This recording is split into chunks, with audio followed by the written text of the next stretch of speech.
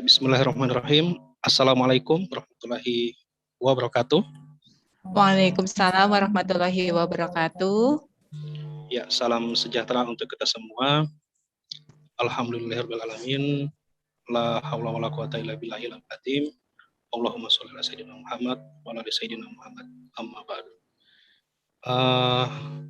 Baik, sahabat aneka, ya. Dalam kesempatan kali ini semoga kita selalu dalam keadaan sehat walafiat, ya. Mungkin di masa pandemi ini tentunya begitu banyak kasus-kasus dan insiden terkait dengan kesehatan yang mulai meningkat. Semoga kita semua tetap dilindungi oleh Tuhan Yang Maha Kuasa. Amin. Ya, dalam kesempatan kali ini kita akan sedikit bincang-bincang, ya. Sedikit bincang-bincang. Jadi momen ini terkait dengan implementasi tugas modul 2 terkait dengan nilai-nilai dasar PNS aneka dalam bentuk diskusi kelompok, ya, dalam agenda Latsar CPNS BKKBN golongan 3 tahun 2021. Nah, di sini sudah bergabung bersama kita, ya, sahabat-sahabat aneka. Saya sapa dulu, ada Mas Yonggi Yakobus, ya, dari Maluku. Halo Mas Yonggi. Mas. Halo. Oke, semoga tetap sehat Mas, ya. Amin, terima kasih, sama-sama. Ya. Amin. Oke. Yang kedua saya sapa ada Mbak Juwita. Ya, Mbak Juwita Kartika Dewi, ya. Dari Kaltim, ya, Mbak. Ya, dari Kaltim. Iya, Kalimantan Timur. Kemudian ada Mbak Sutia. Halo. Halo Mbak Sutia. Iya, Mbak Sutia ini asal Sumsel, ya, Mbak, Sumatera Selatan. Betul, dari Sumsel. Iya, betul. Ya, jadi kami berempat sebagai CPNS BKKBN tahun 2021 saat ini dalam agenda pelatihan dasar, dan ini merupakan tugas diskusi kelompok, ya. Jadi kita bincang-bincang sedikit. Oke, sahabat-sahabat aneka, di sini ada isu yang menarik, ya, isu yang unik. Dari sebuah potongan berita yang dilansir oleh Kompas pada tanggal 25 bulan 1 tahun 2021, itu mengatakan bahwa prediksi BKKBN 7 juta bayi berpotensi stunting pada tahun 2024. Ya, jadi Kepala BKKBN Bapak Hastuardoyo itu menyampaikan dalam pidatonya bahwa prediksinya pada tahun 2024 ada sekitar 20 juta bayi yang akan lahir. Dari 20 juta ini, ada 7 juta yang berpotensi untuk stunting. Nah, tentunya kan ini menjadi isu yang sangat yang menarik untuk kita bahas, apalagi mengingat bahwa semenjak hal ini disampaikan, maka Bapak Presiden Pak Jokowi itu menunjuk langsung beliau, Pak Hasto, sebagai sebagai ketua tim percepatan penurunan stunting di Indonesia, ya. Nah, di sini kita akan melihat bagaimana kaitan dan bagaimana statement pendapat teman-teman sekalian, sahabat-sahabat aneka saya, ya, ada Mbak Jui, ada Mbak Yonggi, Mas Yonggi, Mbak Sutia, terkait dengan bagaimana sih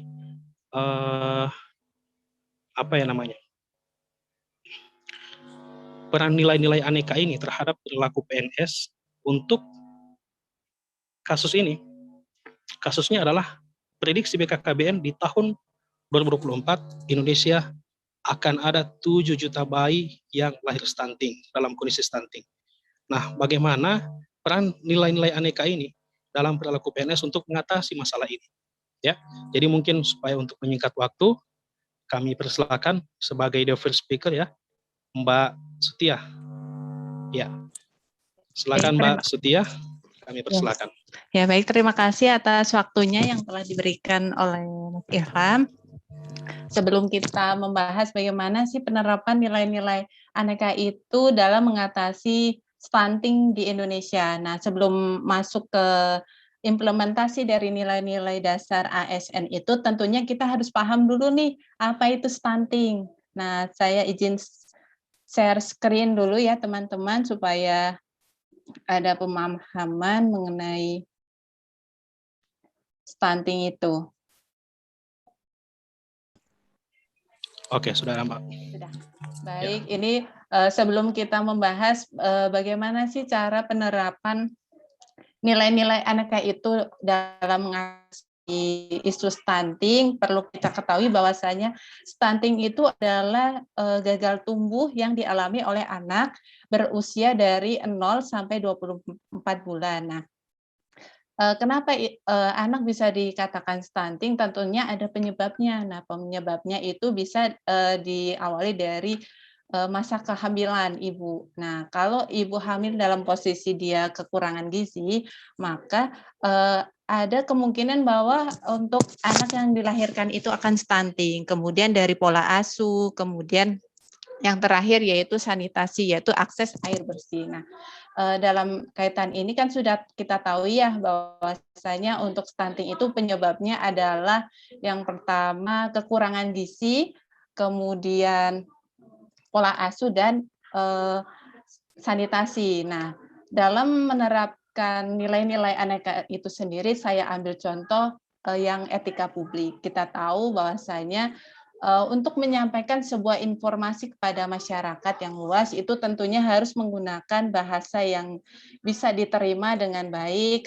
Tentunya kita sebagai calon ASN dalam menyampaikan sebuah informasi harus disesuaikan dengan kondisi masyarakat itu sendiri. Misalnya dengan misal kita tanya, kita melihat anak yang kita lihat itu terlihat kurus. Nah, jangan sekali-kali kita mengatakan, "Ibu anaknya kok kurus?" Itu jangan. Tapi kita tanya bagaimana balita ini makan ibu, bagaimana ibu dalam memberikan asupan nutrisinya. Mungkin ada kendala, biasanya kalau kita pancing dengan bahasa-bahasa yang halus, ibu itu akan cerita, "Oh, bahwasanya anak saya itu sulit makan, Mbak," untuk misalnya dalam makan sayuran atau buah-buahan seperti itu. Nah, yang ditekankan dalam etika publik ini adalah bagaimana kita menyampaikan ke masyarakat tentang informasi yang seharusnya memang mereka tahu, supaya mencegah dari stunting itu, seperti itu. Dan kita perlu tahu ya bahwasanya untuk angka stunting di Indonesia itu sendiri kan sudah di angka 27,6% dengan target bahwasanya tahun 2024 itu penurunan stunting di angka 14%. Tentunya ini bukan mudah untuk menurunkan angka stunting. Perlu kita ada upaya untuk menjalin komitmen kerjasama dengan lembaga lain dalam menurunkan angka stunting, seperti itu. Mungkin itu tanggapan dari saya, dari teman-teman mungkin ada yang mau menambahkan atau lebih sharing lagi ya masalah stunting dan penerapan nilai-nilai aneka itu sendiri.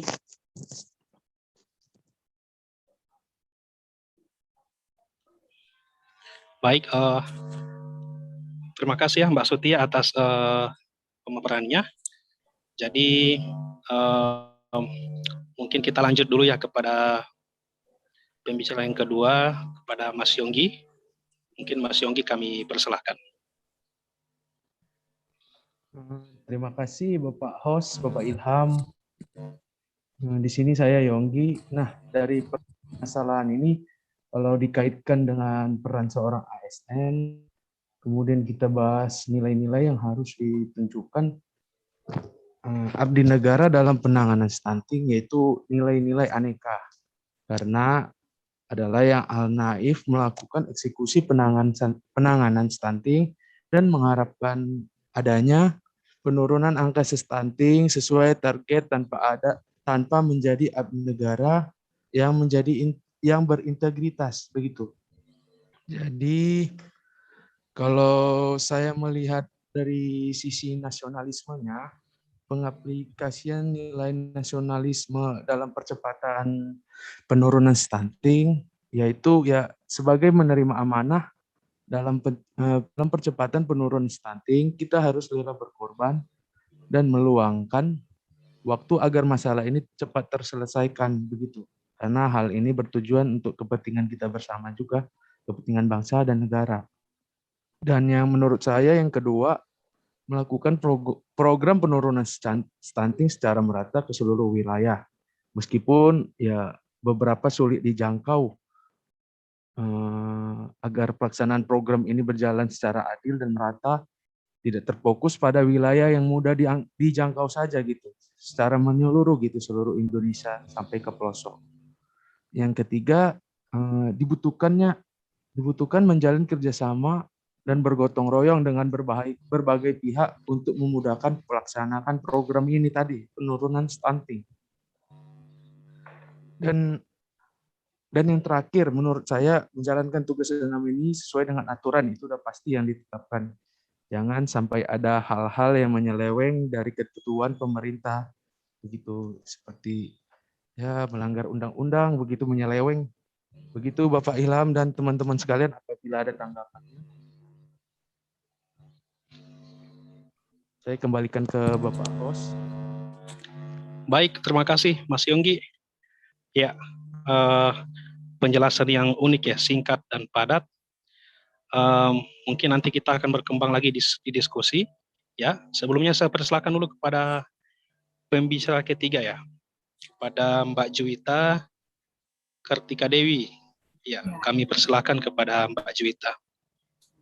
Terima kasih atas waktu dan kesempatannya, Bapak Ilham. Jadi Ya, ini silakan, berbicara terkait prediksi BKKBN dengan judul prediksi BKKBN 7 juta bayi berpotensi stunting pada 2024. Ini dikutip dari kompas.com. Jadi saya di sini kembali mengingatkan ya, di mana situasi sekarang ini kan berkaitan dengan pandemi COVID yang masih belum usai. Namun di sini saya tetap berharap agar potensi stunting di tahun 2024 sebesar 7 juta bayi itu nantinya tidak akan terjadi, karena semua harapan orang pun pasti seperti itu. Nggak ada yang mau berharap itu nanti akan terjadi gitu. Semua orang pasti berharap dan berdoa itu tidak terjadi. Di sini juga kita, menurut saya perlu ya bahu membahu, terutama antara pemerintah dan masyarakat, guna program penurunan angka stunting milik BKKBN ini nantinya akan tercapai. Saya di sini juga akan berbicara hal yang bisa dilakukan dari pihak instansi BKKBN sendiri, yaitu dengan mengukur ketepatan realisasi penggunaan sumber daya dan bagaimana tindakan yang sudah dilakukan sejauh ini, sehingga nanti dapat diketahui ada tidaknya pemborosan sumber daya atau penyalahgunaan alokasi anggaran, penyimpangan prosedur dan mekanisme yang keluar alur. Ini menyangkut efisiensi dan efektivitas ya, efisiensi dan efektivitas yang dilakukan BKKBN sendiri terhadap program penurunan stunting itu sendiri. Selanjutnya, BKKBN juga bisa memberikan inovasi terkait bagaimana cara agar angka stunting ini mengalami penurunan. Bisa saja dengan mengembangkan teknologi ataupun cara kerja para PKB. Kan kalau BKKBN ini ada yang namanya PKB Penyuluh Keluarga Berencana. Jadi supaya masyarakat, di sini saya berbicara supaya orang yang di luar BKKBN juga tahu ya PKB kan Penyuluh Keluarga Berencana. Di sini besar sekali peran PKB ya di BKKBN, apalagi penurunan angka stunting, karena melalui mereka nanti dapat menyampaikan juga ke kader-kader bahwa bagaimana sih peran orang tua dalam menanggapi stunting ini, karena kan kedepannya ini bukan permasalahan biasa ya, takutnya nanti orang tua menganggap stunting ini tuh nggak kenapa-napa, padahal kan ini berperan besar pada kemajuan negara dan bangsa kita sendiri. Itu nanti akan jadi permasalahan besar apabila tidak cepat ditangani. Terus kesimpulan saya sendiri itu dari komentar saya sebelumnya adalah memerhatikan efisiensi penggunaan sumber daya dan penggunaan alokasi yang tepat pada program penurunan angka stunting, sehingga nanti program dapat tercapai dan membuktikan bahwa program yang dilakukan telah memberikan suatu keefektifan. Selain itu juga dikembangkannya inovasi-inovasi yang membuat tercapainya program tersebut program tersebut apabila diambil satu titik kesimpulan hal yang telah saya sebutkan sebelumnya merupakan suatu komitmen mutu. Komitmen mutu ini merupakan salah satu nilai dasar PNS ya dari Aneka, yaitu komitmen mutu. Jadi perlu komitmen mutu dari kinerja baik dari pegawai ataupun instansi itu. Itu aja sih, itu saja yang saya dapat sampaikan. Selebihnya saya kembalikan ke moderator. Terima kasih. Baik, terima kasih banyak Mbak Juwita ya. Penjelasannya unik sekali ya, semua teman-teman sahabat Aneka. Jadi terkait dengan stunting ini, memang apa ya? Saya mengutip perkataannya Pak Hasto waktu kemarin pidato di kegiatan launching ya di Provinsi Gorontalo beberapa bulan kemarin, sempat mengatakan bahwa agenda penanganan penurunan stunting ini memang merupakan kerja keras kita bersama ya. Jadi semenjak beliau ditunjuk sebagai ketua penanganan percepatan penurunan stunting, maka ini menjadi kerja keras kita bersama. BKKBN bagaimana bisa bergerak bersama dengan mitra kerja yang ada, baik dinas kesehatan dan sebagainya. Nah, sebenarnya kalau bicara tentang stunting ya teman-teman, Indonesia itu tak layak stunting sebenarnya. Kenapa? Karena melihat dengan SDA yang ada, sumber daya alam kita kaya akan sumber daya alam, ya, baik itu dalam persoalan ketahanan pangan lokal, kita kaya akan itu. Nah, persoalan stunting itu kan kita ngomong persoalan tentang asupan gizi, ya, asupan gizi si bayi. Nah, Indonesia kemarin juga waktu di kegiatan seminar 1000 profesor bicara stunting ya, dalam agenda Harganas itu sempat disampaikan oleh salah satu profesor di Gorontalo bahwa sudah banyak penelitian terkait dengan bagaimana memanfaatkan pangan lokal untuk penanganan stunting.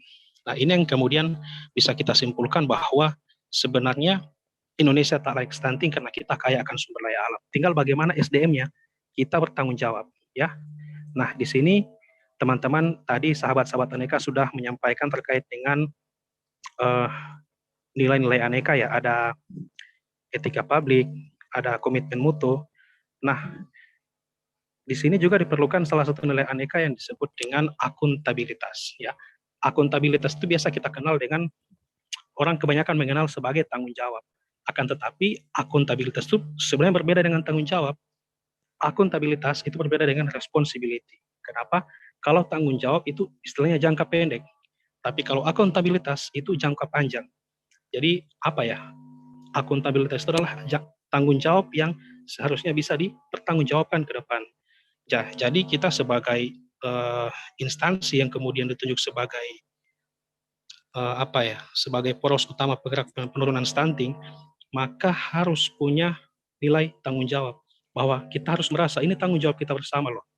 Sehingga prediksi 4 tahun ke depan ada 7 juta bayi yang lahir stunting, itu mudah-mudahan bahkan sampai tidak ada ya, insya Allah begitu. Walaupun memang hal yang mustahil tidak ada karena penurunan stunting itu butuh waktu yang sangat panjang. Ya, sebagai data pendukung di Provinsi Gorontalo ya, itu khususnya di Kabupaten Gorontalo. Jadi kabupaten ini merupakan salah satu kabupaten yang dipilih sebagai salah satu kabupaten dari 100 kabupaten kota dalam penanganan stunting. Itu udah tahun 2015 angka stuntingnya itu mencapai 32%. Tahun 2020 kemarin itu tinggal 9%. Ya, itu disampaikan juga dalam seminar kemarin pada 1000 profesor bicara stunting. Kebetulan Pak Bupatinya mengatakan, beliau juga sebagai profesor, mengatakan bahwa berbagai upaya telah dilakukan baik dalam pengelolaan program dan bagaimana pengelolaan sumber daya manusia dan sumber daya alam yang ada. Ya, jadi mungkin itu ya sedikit tentang pembahasan topik terkait stunting ya. Ya, kita kaitkan dengan nilai-nilai Aneka. Mungkin kita masuk ke agenda diskusi ya, sahabat-sahabat sekalian, sahabat-sahabat Aneka. kita masuk ke agenda diskusi. Ya, jadi mungkin ya, Mas Yonggi. Ya, halo Mas Yonggi. Iya, halo Mas Ilham, terima Iya. kasih. Nah, ini Iya, sedikit bercerita. Siap. Ya, ya Mas. Iya. Bercerita Mas terkaitnya statement yang Mbak Juwita tentang penyuluh KB. Kalau dari BKKBN tempat saya ditempatkan, BKKBN perwakilan Provinsi Maluku sendiri sudah melakukan beberapa upaya untuk penurunan stunting itu sendiri, begitu. Satu, ya peningkatan kapasitas petugas lapangan atau penyuluh PKB. Jadi penyuluh itu disiapkan untuk mensosialisasikan 1000 HPK atau 1000 hari pertama kehidupan sebagai salah satu upaya menuntaskan masalah stunting itu tadi.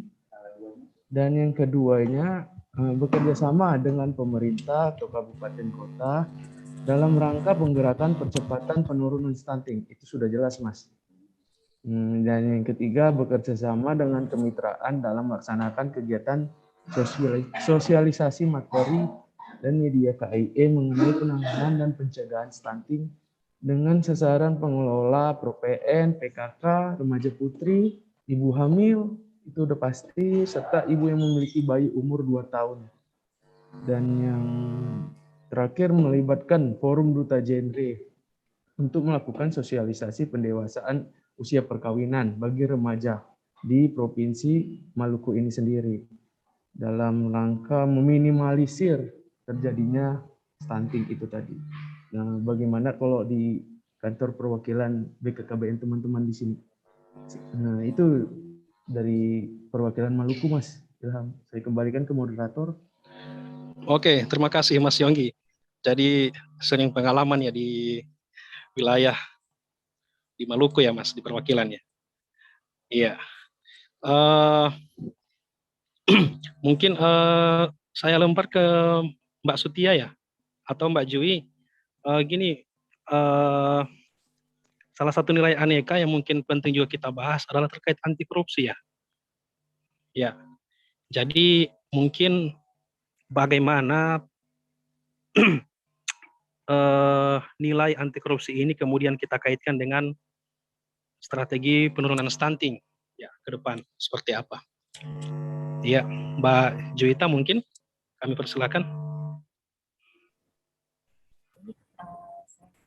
Nilai anti korupsi.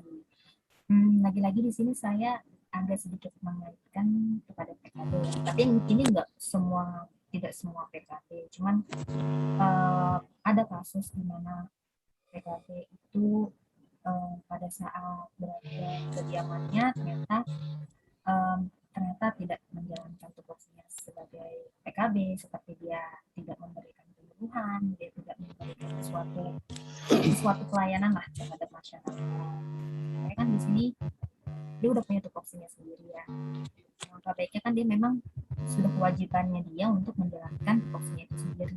Jadi maksud saya yang berhubungan dengan kesadaran anti korupsi itu ya nggak cuma berbicara menyangkut materi ya, menyangkut uang, tapi dalam kesadaran mereka kalau tidak menjalankan tupoksi itu kan sama saja mereka tidak jujur, yang berujungnya nanti ada tindakan korupsi kan, bisa itu kan juga termasuk korupsi waktu ya, kayak membuang waktu.